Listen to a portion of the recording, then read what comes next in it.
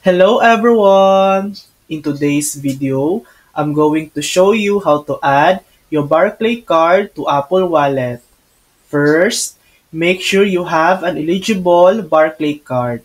Apple Pay is not available for Amazon Barclay card, commercial cards, Woolwich Open Plan Gold cards, or the American Express card on a Barclay card cashback account.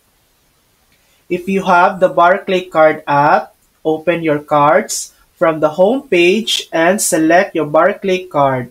Tap Add to Apple Wallet and follow the on-screen steps. If you have an iPhone, open the Wallet app, tap Add Card, and follow the steps.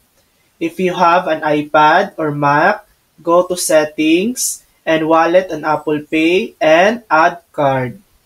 If you have an Apple Watch, open the Apple Watch app, Wallet, and Apple Pay, and add card.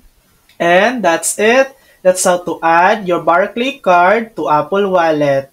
Thanks for watching. If this video helped you, please like and subscribe for more helpful tutorials.